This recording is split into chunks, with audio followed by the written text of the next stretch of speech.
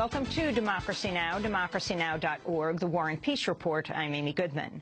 Concerns about Ebola in the United States have grown after the second Texas nurse who contracted the virus reported the Centers for Disease Control had allowed her to board a plane from Ohio to Texas the day before she was diagnosed. The nurse, Amber Vinson, had called the CDC complaining of symptoms, but an official gave her the okay to fly. 2 schools in Cleveland will remain closed today because a staff member may have traveled aboard the same plane. On Wednesday, Vinson was transferred to an isolation unit at Emory Hospital in Atlanta. President Obama has canceled 2 days of planned travel to stay at the White House and oversee the government's response. CDC Director Thomas Frieden is set to testify before Congress today at a hearing on what U.S. officials are doing to contain the spread of the Ebola virus. The head of Texas Health Presbyterian, the Dallas hospital where the 2 nurses were infected and Thomas Eric Duncan died, is also expected to testify and issue an apology. Meanwhile, in West Africa, nearly 5,000 people have died as authorities struggle to contain the outbreak. In Sierra Leone's capital of Freetown, police fired tear gas on people who took to the streets to complain that the body of a woman who died from Ebola was left on the street for 2 days. We'll have more on the Ebola crisis after headlines. The Pentagon says hundreds of Islamic State fighters have been killed in intensifying U.S.-led airstrikes in the Syrian town of Kobani. Rear Admiral John Kirby made the claim Wednesday. One of the reasons why you're seeing more strikes there is because there's more ISL there. We believe, and it's hard to give an exact number, but we believe that we have killed several hundred ISIL fighters, again, in and around Kobani. The U.S.-led coalition has been hitting the area around Kobani with the highest number of strikes since launching the bombing campaign in Syria more than 3 weeks ago. It remains unclear if the strikes will stop ISIS fighters from capturing the mainly Kurdish town. ISIS has seized about half of Kobani, and the UN has warned of a massacre if they take full control.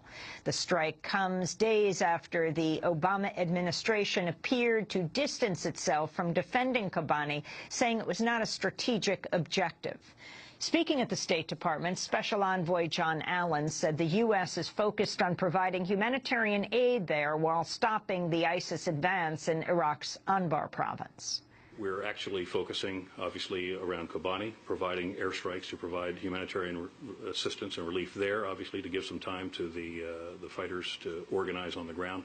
But in the Anbar province, our hope is to stop or halt that tactical initiative and momentum that they have there. In his comments, Allen also said the U.S. has abandoned training existing units of the rebel Free Syrian Army in favor of building out a new rebel force. Going to happen immediately. We're working to establish the training sites now, and we'll ultimately go through a vetting process and begin to bring the trainers and the fighters in to begin to build that force out.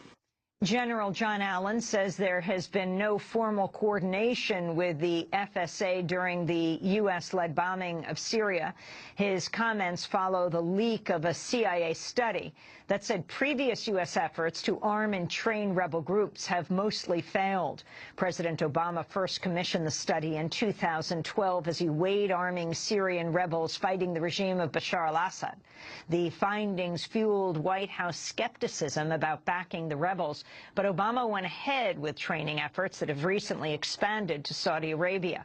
Although the CIA found most U.S. attempts to prop up insurgent forces failed in countries like Cuba and Nicaragua, there was one exception: the Mujahideen rebels who fought the Soviet Union in Afghanistan. Its members would go on to form the core of al-Qaeda.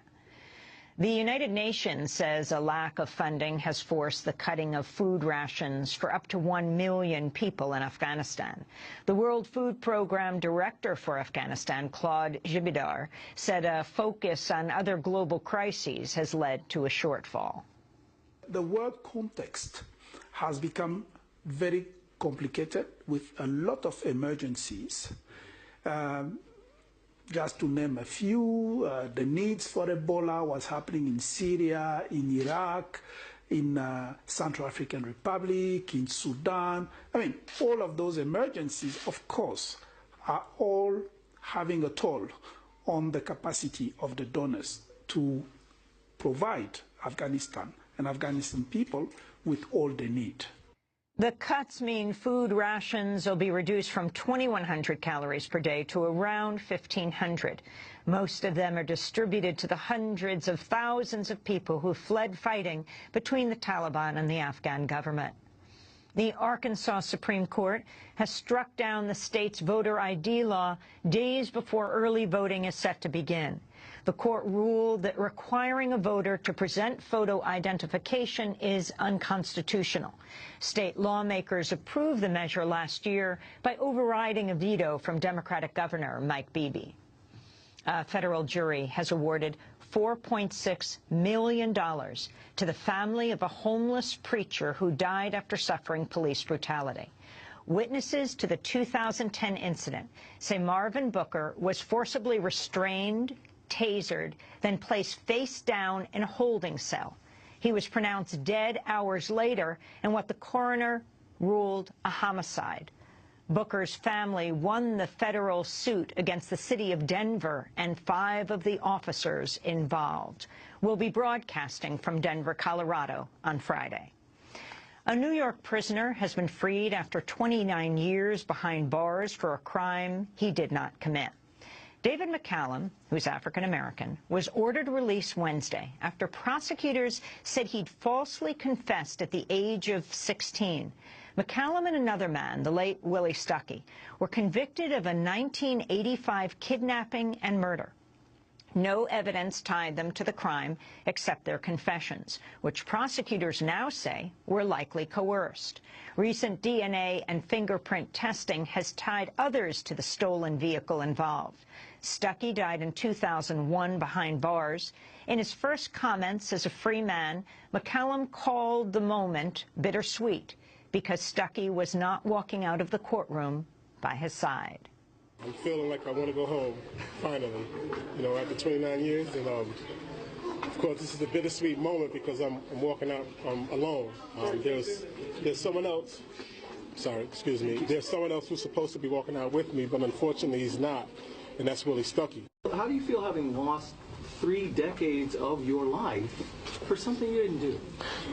Well, I mean, I've had a long time to think about that, and unfortunately, but at the same time, I think I'm mature enough to understand that I can't get that back, and I won't even attempt to get that back. I think my life kind of starts, from this point on. David McCallum says he plans to become an advocate for the wrongly convicted. In doing so, he would continue the legacy of another wrongfully convicted prisoner who himself championed McCallum's case, the late boxer and activist Reuben Hurricane Carter. Carter was involved with McCallum's case for a decade before his death earlier this year. In an article weeks before he died, Reuben Hurricane Carter said his final wish was for a new look at McCallum's conviction. And the feminist critic Anita Sarkeesian has been forced to cancel a planned lecture in Utah after threats of a shooting massacre. Sarkeesian has long faced bomb and death threats from online harassers opposed to her critiques of sexism in video games. This week, Sarkeesian was scheduled to give a lecture at Utah State University when the university received an email threatening to carry out the deadliest shooting in American history at the event. The email sender wrote, quote, "Feminists have ruined my life, and I will have my revenge."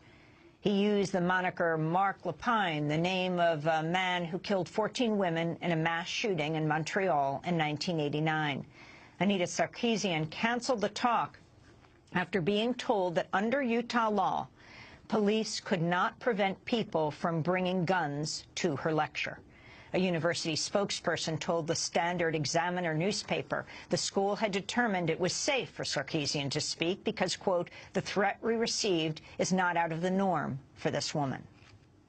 And those are some of the headlines. This is Democracy Now!, democracynow.org, The War and Peace Report. I'm Amy Goodman. And I'm Nermeen Sheikh. Welcome to our listeners and viewers around the country and around the world.